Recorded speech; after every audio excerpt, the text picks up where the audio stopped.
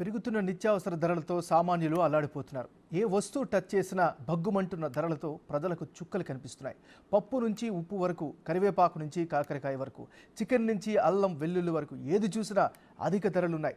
వేసవి కారణంగా దిగుబడి తగ్గిపోవడంతో ధరలు పెరిగి అటు కొనుగోలుదారులు ఇటు వ్యాపారస్తులు అల్లాడిపోతున్నారు.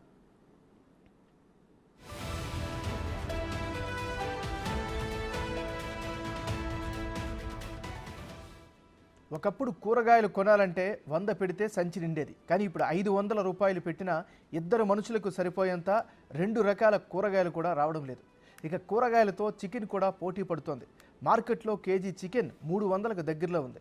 దీంతో అటు కూరగాయలు కొనలేక ఇటు చికెన్ తినలేక తీవ్ర ఇబ్బందులకు గురవుతున్నారు సామాన్యులు.